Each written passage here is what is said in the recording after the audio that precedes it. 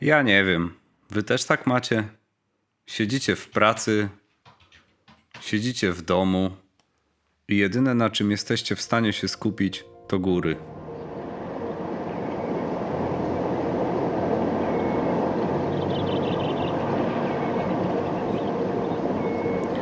W takiej sytuacji nie pozostaje nic innego, tylko zebrać ekipę i działać. Halo, Maciek? Słuchaj, mam plan. Dzwoń do Michała. No i ruszyliśmy. Całą podróż rozbiliśmy sobie na 2 dni. Pierwszego dnia jechaliśmy przez 8 godzin, aż znaleźliśmy się w Czechach. A konkretniej w samej stolicy Czech, czyli w Pradze.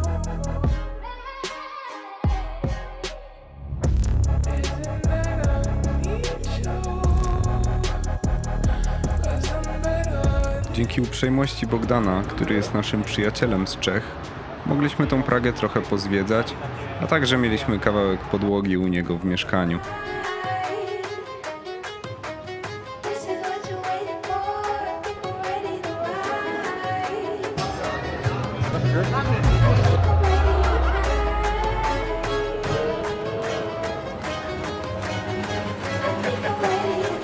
No dobra, ale nie o tym miało być.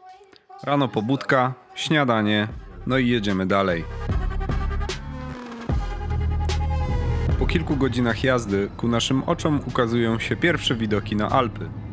W końcu, kurwa, w końcu. Wyjdziemy z puszki. I w końcu dojeżdżamy na miejsce. Zmęczeni podróżą pakujemy swoje plecaki, przebieramy się i ruszamy w drogę. Papa, samochodziku. Zaczyna się nasza przygoda. No i się zaczęła. Z miejscowości Oppenberg ruszyliśmy asfaltową drogą najpierw w dół, a potem leśną drogą w górę w kierunku jeziora Toschmitzboden pod szczytem Hochgrysen, gdzie planowaliśmy spędzić noc. Ciężko jest. Brakuje mi tlenu. Nie mogę oddychać. Co 5 kroków muszę się dosłownie zatrzymywać. Idziemy dosłownie pod pionową ścianę. Jest ciężko dosyć technicznie ten odcinek. Bardzo ciężko. Jak na przygodę z 21-kilowym plecakiem. Właśnie tak. Mój plecak ważył 21,5 kg w momencie wyjścia, co wcale nie pomagało przy podchodzeniu. Nie mam normalnie siły. Burza się zaczyna, już grzmi w oddali. Jesteśmy dalej na podejściu, już niedaleko, ale jest naprawdę ciężko, nie jestem w stanie iść szybciej, a idę naprawdę wolno. Chwila przerwy przy chatce i jeszcze kawałek drogi. No i w końcu się dowlekliśmy. Na miejscu przywitał nas deszcz, a później burza. Nie pozostało nam nic innego, jak zrobić sobie kolację, położyć się i iść spać.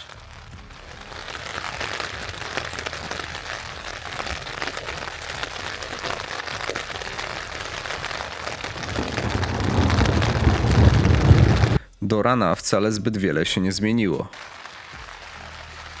Jest problem. Muszę na 2.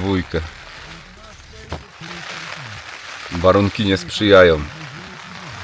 Koniec końców pogoda nam nie przeszkodziła. Załatwiliśmy swoje potrzeby, zjedliśmy śniadanie, spakowaliśmy się i z całkiem niezłym nastawieniem ruszyliśmy w drogę. Warunki od samego początku były ciężkie. Silny wiatr, gęste krzaki, mgła, duża wilgoć i brak wodoodpornych butów, a do tego ostre, strome skały. To były rzeczy, które nie pomagały nam w przejściu tego szlaku. Nie wiem, czy mnie słychać w miarę dobrze, ale są ciężkie warunki. Jest bardzo stromo, bardzo skaliście, dosyć ślisko, bardzo mocno wiatr wieje. Momentami, kurczę, miałem taki jeden moment, że akurat zawiało, jak stawiałem kroka do góry na jednej nodze i kurczę, tak mnie przechyliło. Powiem wam, nie fajnie, nie? Ale chciałem wyzwanie, mam wyzwanie i bardzo się cieszę z tego. Jeszcze przed chwilą tak wiało, z Maćkiem nam zwiało obydwu pokrowce z plecaków. Odleciały na jakieś 20 metrów, na szczęście się zatrzymały, nie? Na krzakach. Mój się zatrzymał, Maćka chyba gdzieś na skałach albo też na krzakach. Także to się dobrze skończyło, teraz już mamy przywiązane, więc jesteśmy bezpieczni. Także przywiązujcie, kurde, pokrowce. Trudność szlaku rosła, a pogoda coraz mniej nam sprzyjała. Nie pozostawało nam nic, tylko iść przed siebie. Tak naprawdę nie wiedząc, co nas czeka i co jest przed nami.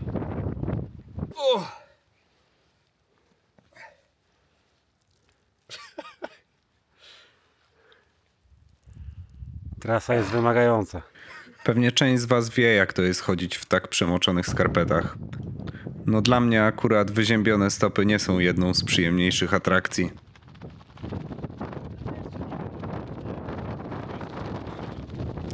Wiatr był coraz silniejszy. My zdobywaliśmy kolejne 2000-niki, nie wiedząc tak naprawdę, co pod nimi jest. Nie mieliśmy żadnej widoczności.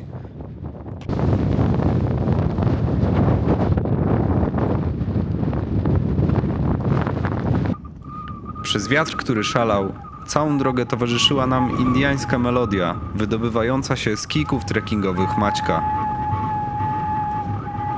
Momentami szlak był zupełnie niewidoczny. Jedyne, co wskazywało drogę, to kamienie pomalowane biało-czerwoną farbą. A my dalej, nie poddając się, szliśmy dzielnie przez mgłę, zdobywając kolejne szczyty. W stronę miejscowości Planeralm, gdzie później, jak się okazało, spędziliśmy noc nad jeziorem. Byliśmy w połowie drogi. Niestety, żeby zjeść obiad, potrzebowaliśmy wodę. A żeby zdobyć wodę, musieliśmy pokonać 200 metrów przewyższenia w dół, prosto ze szczytu. Tylko po to, żeby zaraz po zjedzeniu wejść z powrotem na górę.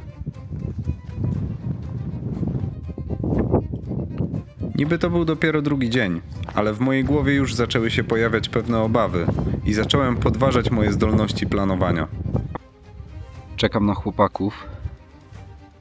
Mam wrażenie, że nie uda nam się zrobić całego szlaku w określonym czasie. Jesteśmy w plecy jakieś 10 km. Także słabo. Ale to dlatego, że się szlak okazał dużo bardziej wymagający niż myślałem, że będzie. Chociaż ostatni odcinek teraz był bardzo fajny i prosty. Ale dzisiaj rano i wczoraj cały dzień były naprawdę ciężkie. Ale zobaczymy, no ja jestem przygotowany na to, żeby jeden dzień dłużej zostać i żeby to trwało 7 dni, a nie 6. Ale chłopaki nie bardzo. W szczególności Maciek. Maciek ma najmniej jedzenia. Wątpię, że w ogóle mu starczy na te 6 dni. No nic, powierzam to, po prostu. Tam przy jeziorze będziemy spać.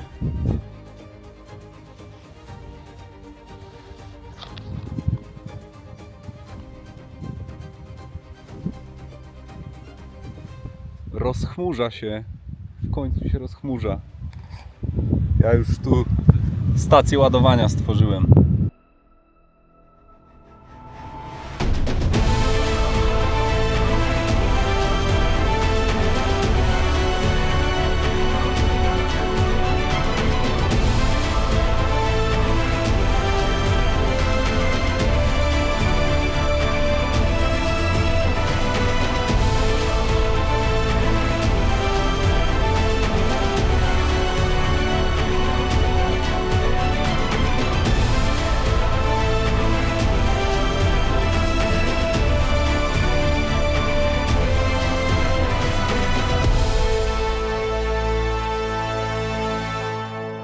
Po tym, jak już rozbiliśmy obóz, oczywiście kolacja i ziuziu. Rano pogoda wyglądała już znacznie lepiej. Przywitało nas słońce przebijające się przez lekko zachmurzone niebo. Nie marnując więc czasu, ruszyliśmy stokiem narciarskim pod górę. I w końcu mieliśmy okazję zobaczyć te wszystkie widoki, które ominęły nas wczoraj.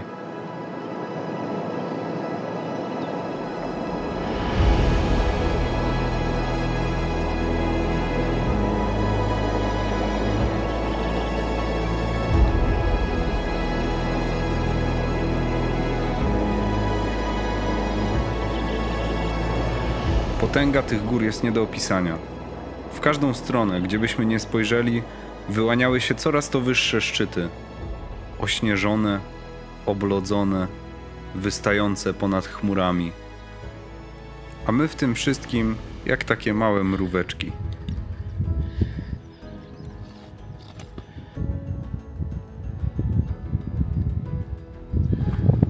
niby słońce świeci, ale pogoda taka dosyć ciężka. Wiatr wieje dosyć chłodny. I tam, gdzie nie wieje, to jest patelnia, tak, że jest tragedia. A chwila w cieniu, przy wietrze, nawet nie w cieniu teraz jak stoję, to też to czuję. To jest zaraz mróz po prostu, czoło marznie od razu.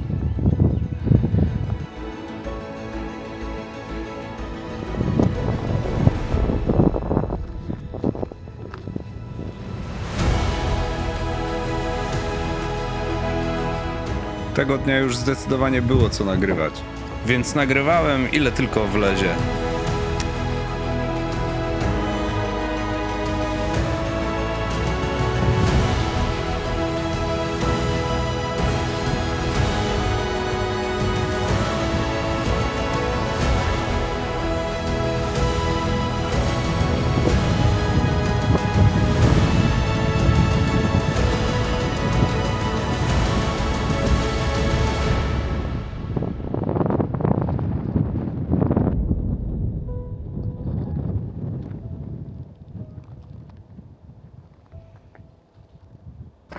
Jo, sorry, że mnie nie widać, ale nie będę się specjalnie odwracał. Kurczę, powiem wam, że ja to nie jestem stworzony na słońce. Głowa mnie zaczyna boleć. W zasadzie już mnie tak lekko powolewa od jakiegoś czasu, od 2-3 godzin. I ciśniemy, nie? Ciśniemy, bo nie ma zmiłuj. Nie da się skrócić szlaku. Tak go też zrobiłem. A się okazuje, że naprawdę teren jest dużo bardziej wymagający niż przewidywałem. Także nie pozostaje nic, tylko cisnąć. Mam nadzieję, że dotrzemy do auta. No, możemy jeden dzień więcej iść, nie? Ale dłużej już się nie uda. Ja już trochę zaczynam oszczędzać jedzenie. Mam go dużo, mam go naprawdę dużo, ale trochę jeszcze Maćkowi oddałem. I obstawiam, że będę musiał mu oddać więcej. Dlatego trzeba oszczędzać. Szlak okazał się naprawdę stromy. To nie tak jak na jakichś lekkich przewyższeniach. Tam trzeba było naprawdę dawać z siebie wszystko, a i tak się szło jak ślimak. Ostatecznie realia zweryfikowały nas tak, że nie byliśmy w stanie robić więcej niż 12-13 km dziennie. Z tego też względu każdego dnia byliśmy coraz bardziej w plecy z planem, a szanse na przejście całej trasy były coraz mniejsze. Nocować udało nam się na przełęczy na wysokości 1960 metrów nad poziomem morza, czyli była to w sumie najwyższa noc w moim całym życiu. Bardzo możliwe też, że najbardziej wietrzna i jednocześnie najpiękniejsza noc w moim życiu. Następnego dnia już z samego rana przywitało nas słońce i temperatura wyższa niż dzień wcześniej. Całe szczęście miałem ze sobą koszulę trekkingową od cioci, która zrobiła robotę, bo mogłem sobie ją rozpiąć. Trochę wyglądając przy tym jak niedobitek z katastrofy lotniczej.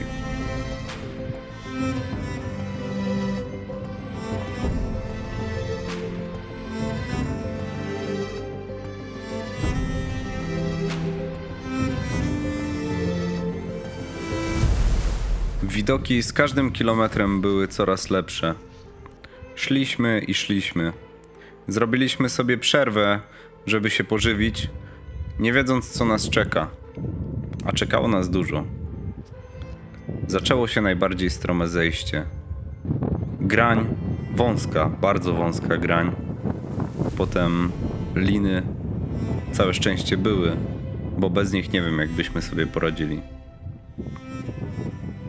A tutaj proszę, w całej okazałości. To zejście było na tyle strome i na tyle nas przeraziło, że zdecydowaliśmy się następnego dnia zejść w dolinę.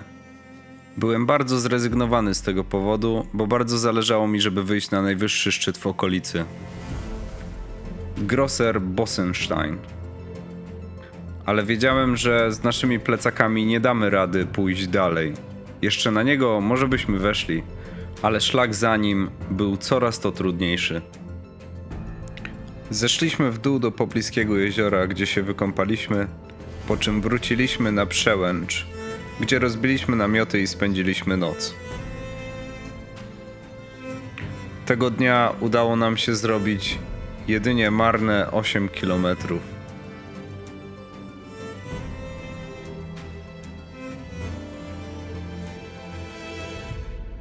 Ale mam spalone łapy.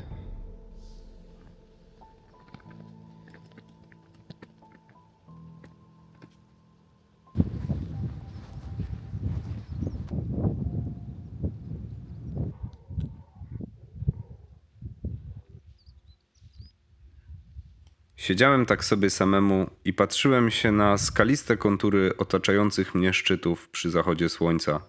I nagle mnie oświeciło. Co gdyby wejść na pierwszy szczyt rano, zejść na dół, na przełęcz, tam zjeść obiad, zostawić wszystkie nasze rzeczy i wejść na szczyt, na najwyższy szczyt, na Grosser Boschenstein, po czym zejść na dół i tam strzelić sobie noc. Plan wydawał się świetny. Kurczę, obudziłem się w nocy z tyłkiem na ziemi. Nie wiem, jak to się stało, że z mojego materaca tak jakby zeszło powietrze. Przerażony byłem. Mówię, co teraz, jak ja przeżyję noc. Ale nie wiem, dodmuchałem trzy dmuchnięcia i jakby nie zeszło teraz powietrze z niego przez noc, więc chyba będzie okej. Pomimo ciężkiej nocy ruszyliśmy rano zgodnie z planem, który przyniosło moje oświecenie. W pocie czoła wdrapaliśmy się na pierwszy szczyt do Jezuska, gdzie polatałem dronem i zjedliśmy po batonie.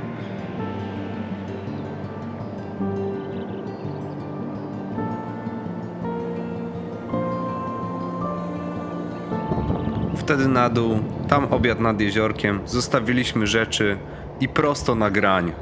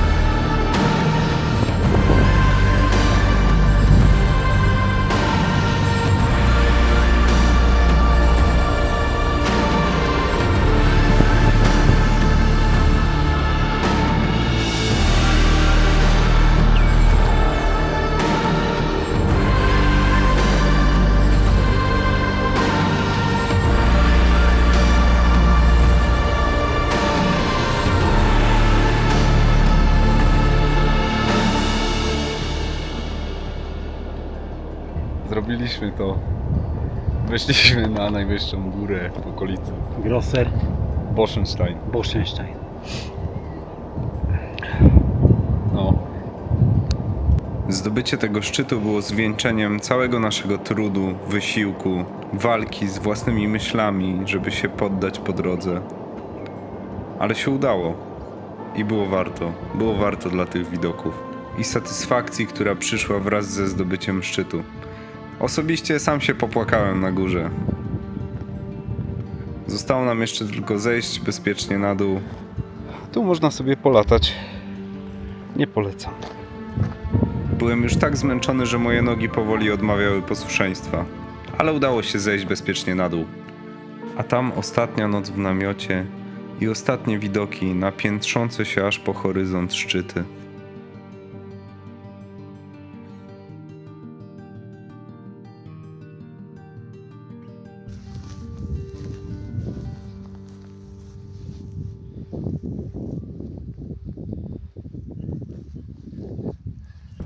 Rano ruszyliśmy prosto w stronę auta.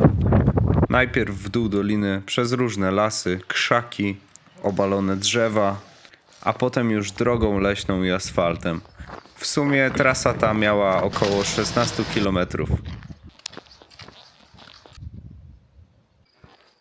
Już tylko kawałek nam został. Dosłownie kawałek. Ale mi się dzisiaj zrobiły odciski na stopach. Ledwo idę, nie? Ostatnie 10 km to była katorga. Ale dojdziemy. Jest golf! Jest golf! Nie mam pojęcia, kiedy ostatni raz się tak cieszyłem na widok mojego 19-letniego samochodu. Zrobiliśmy to. Zrobiliśmy to. Mam nadzieję, że wam się podobało. Jeśli tak, to zostawcie łapkę w górę, dajcie suba, no i do zobaczenia w następnym odcinku. Trzymajcie się.